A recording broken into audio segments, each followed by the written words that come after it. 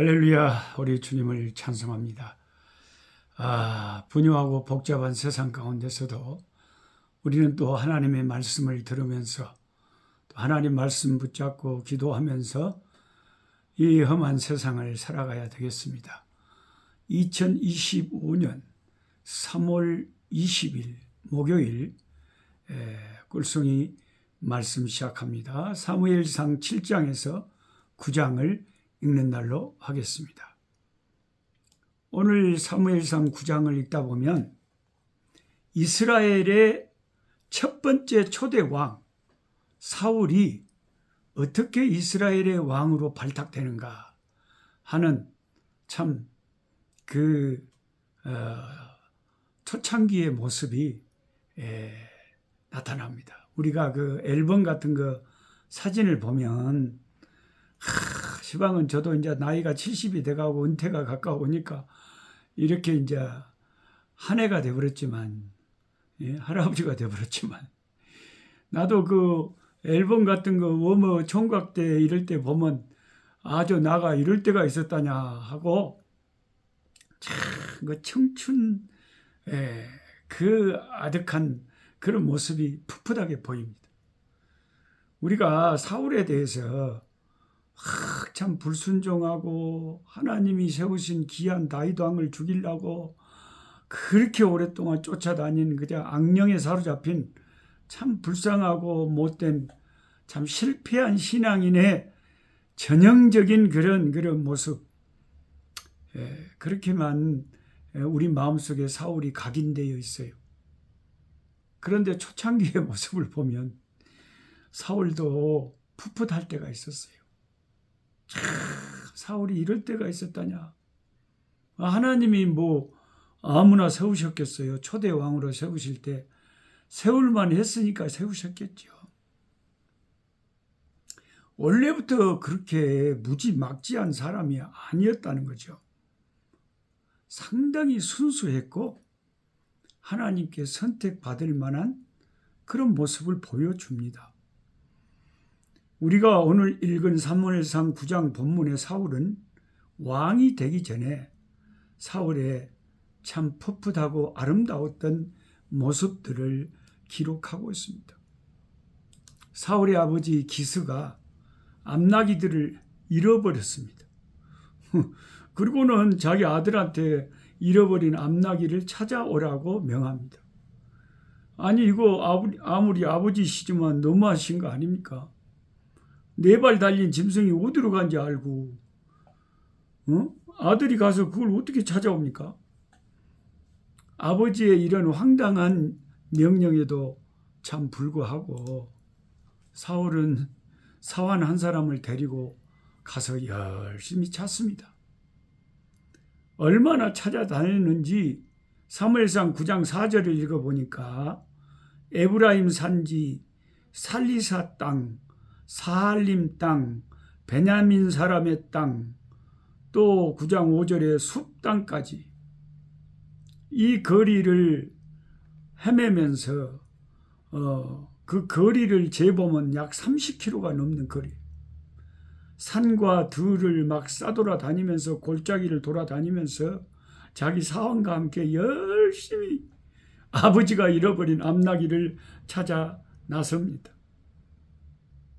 하나님은 이런 사울의 모습을 귀하게 보신 거죠.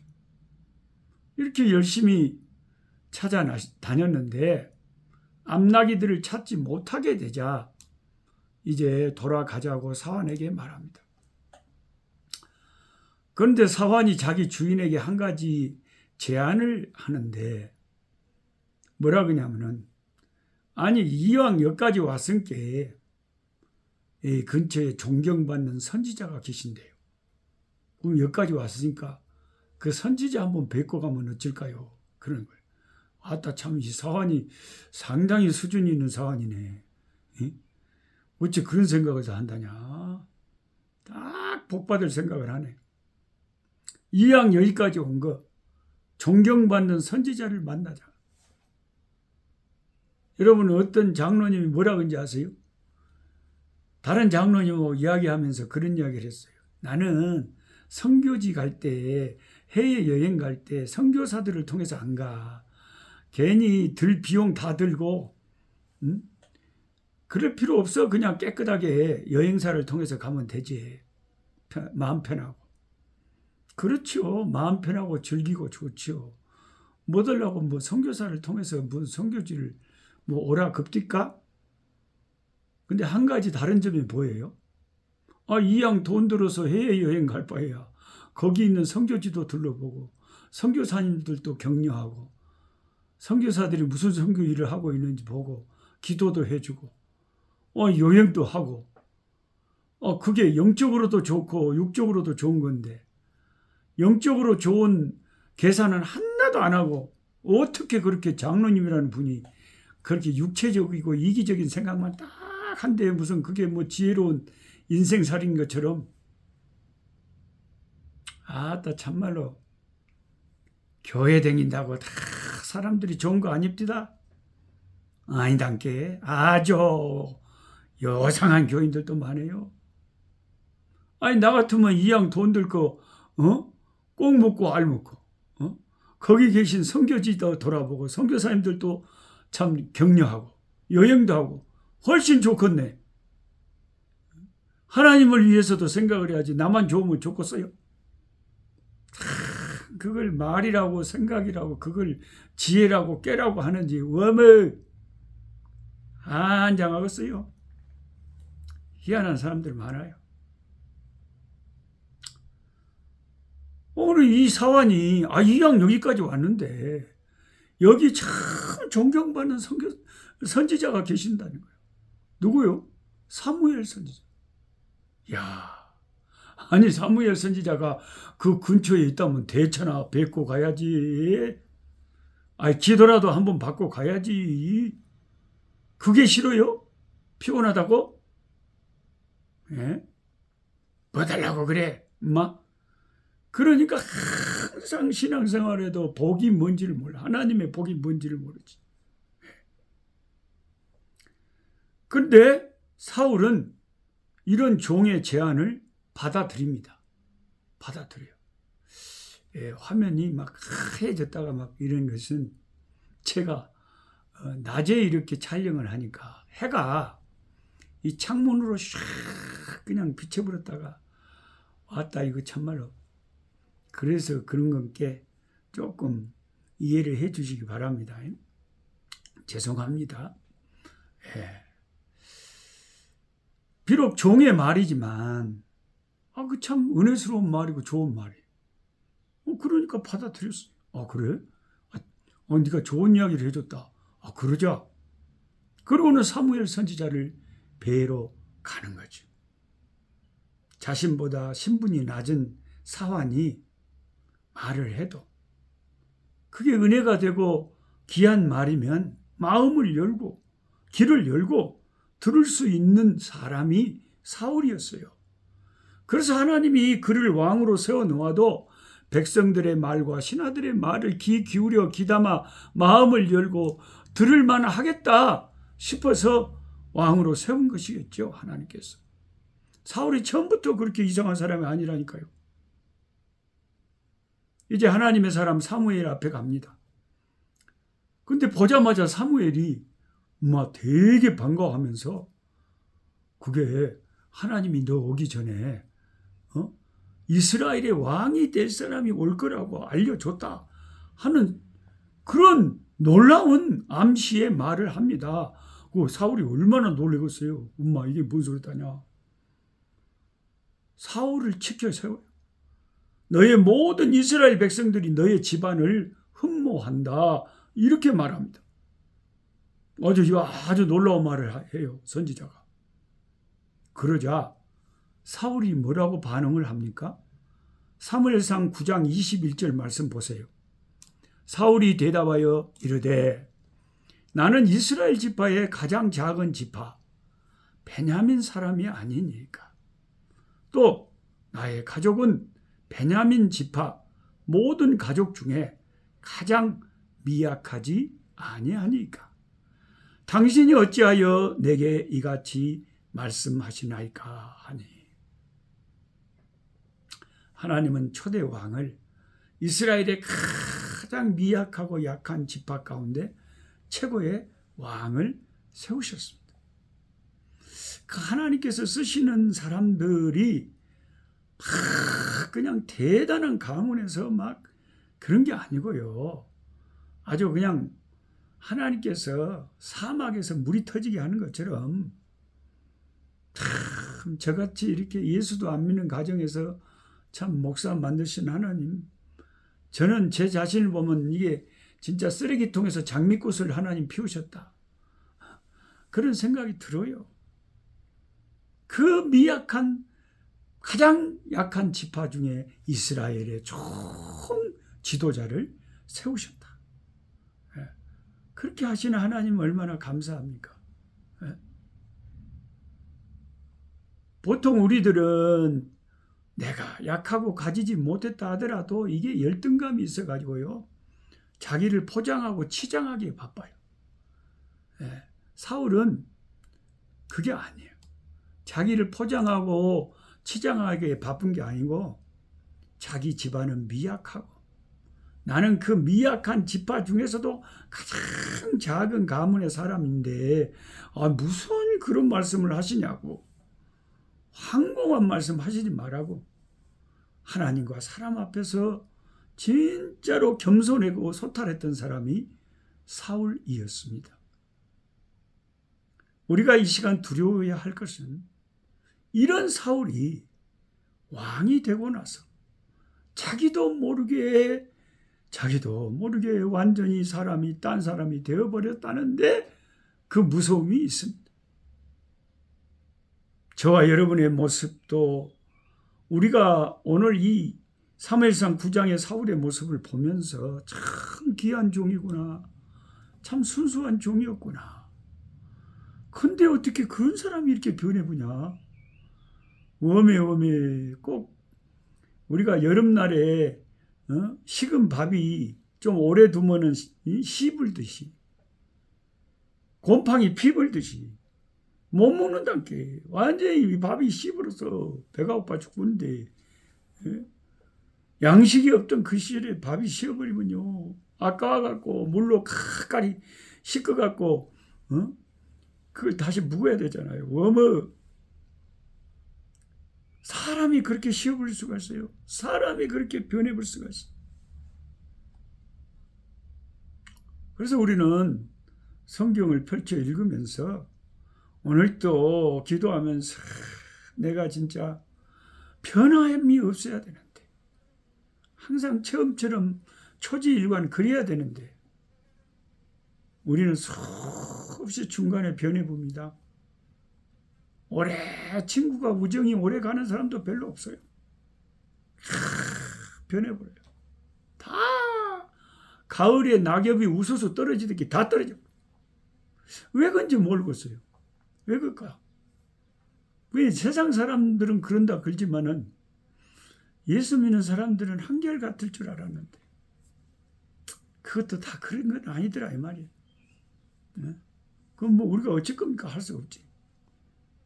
근데 우리는 할 수만 있으면 저와 여러분 항상 변함없이 겸손하고 낮아지고 깨져야 돼요.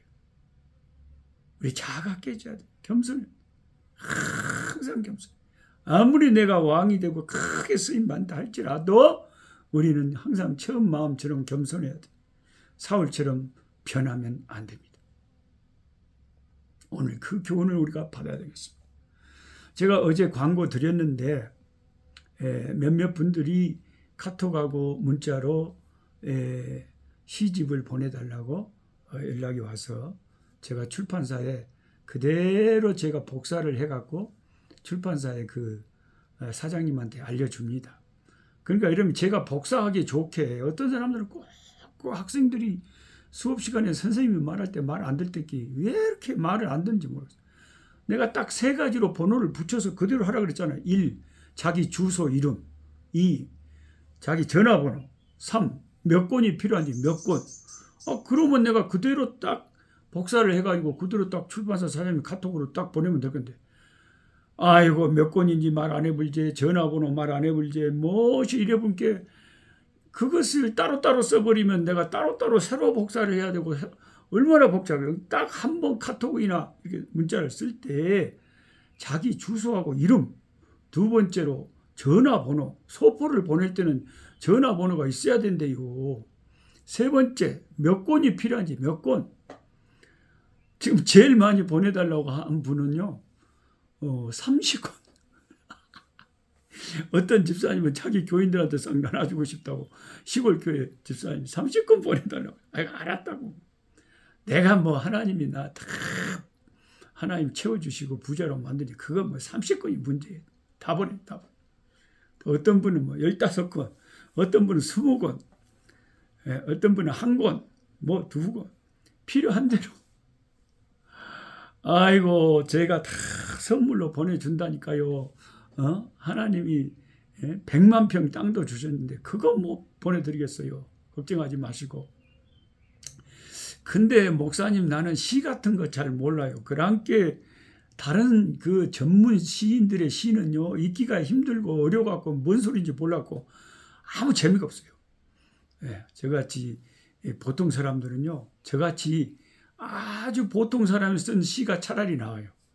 한 중학교 1학년, 초등학교 수준의 시이기 때문에 뭔 소리를 하는지 다 알고 읽기가 쉽고 이해가 되고. 그래서 사람이 밥만 먹고 살아요.